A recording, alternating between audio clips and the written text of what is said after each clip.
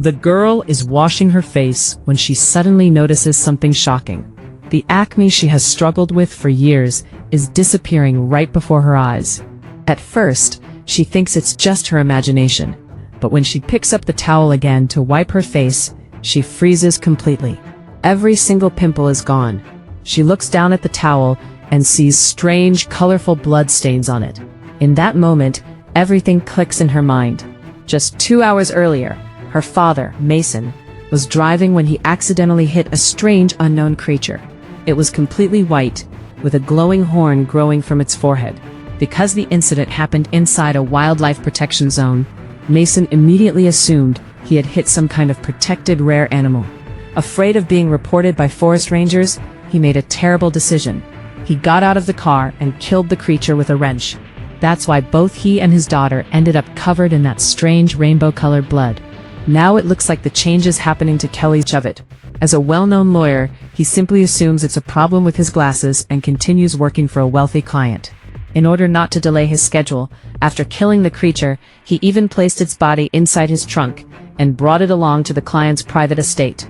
Everything seems normal during the meeting, until something unexpected happens. From the car trunk, a low vibration begins to spread. Then the creature's glowing horn suddenly lights up. The entire vehicle starts shaking violently.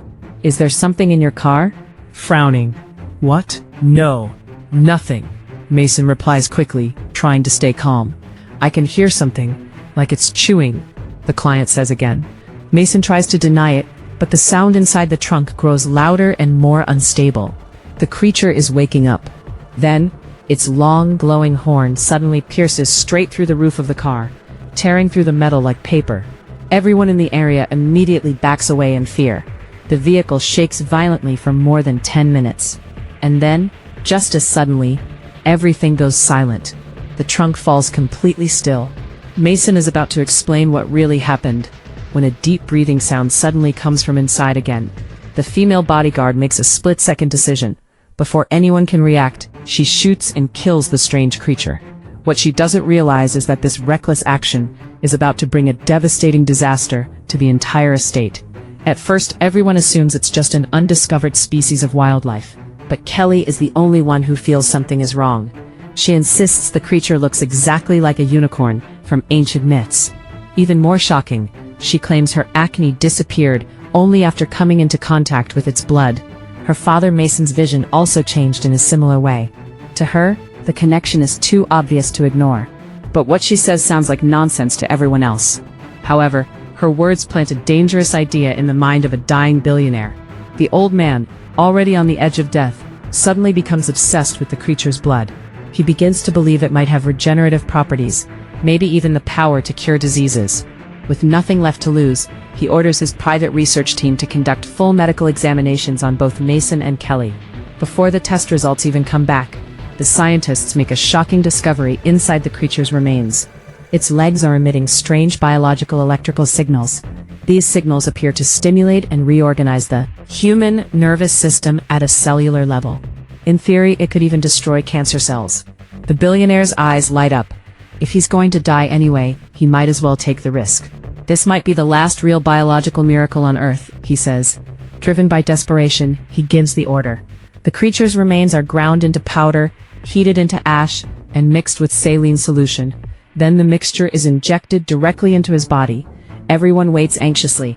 What happens next is impossible to predict.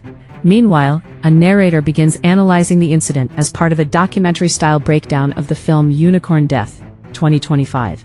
They explain that the creature may not be random at all. While reviewing old family photos, Kelly notices something disturbing. A unicorn depicted on an old monastery tapestry looks almost identical to the creature they encountered. She begins digging deeper online. According to historical records, there are 7 identical tapestries stored in a museum. All of them depict the same myth, a story of a warrior leader who once hunted a mysterious unicorn. But instead of being captured, the creature fought back violently against the soldiers sent to control it. And during that ancient battle, something was awakened that was never meant to exist in the modern world. Something darker awakens inside him. His son, Awe, watches in disbelief. Just moments ago, he was preparing to inherit a massive fortune. Now everything has changed. The billionaire is alive again, and more dangerous than before. He immediately orders a full-scale extraction of the creature's remains, insisting they must study how to replicate its healing compound and turn it into a marketable drug. The scientists are stunned. They explain it is scientifically impossible to replicate something so complex. But the billionaire refuses to listen. At the same time, Kelly returns with printed images of ancient tapestries she found online. She tries once more to explain the legend. According to the myth, unicorns are not just healing beings.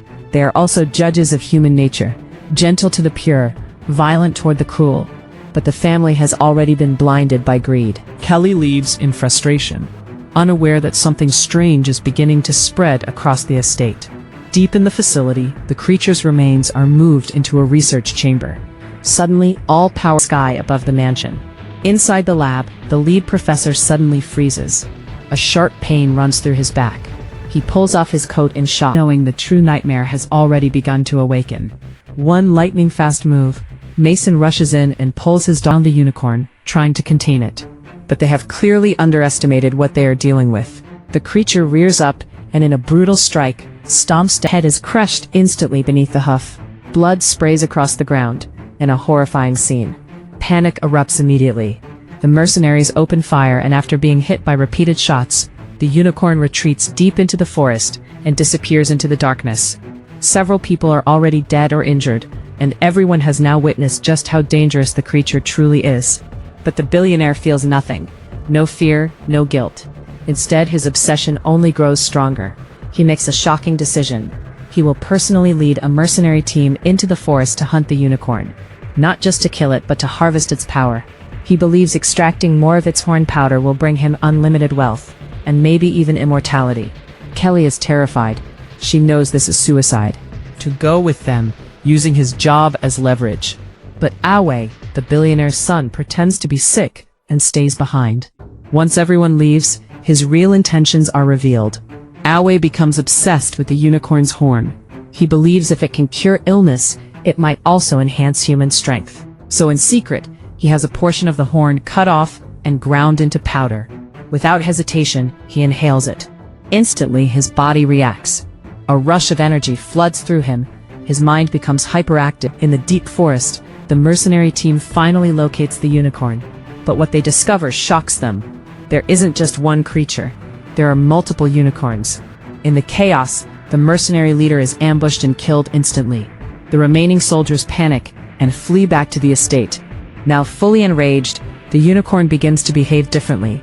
It can sense intent. Goodness and cruelty are no longer invisible to it. It spares Mason, but blocks the billionaire's path. The unicorn family begins a full-scale retaliation. They move toward the estate, determined to destroy everything and rescue their wounded offspring.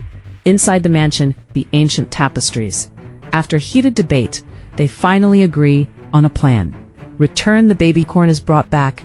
Its parents see its condition and instantly go into a violent rage. They tear through the remaining guards, killing the female assistant brutally.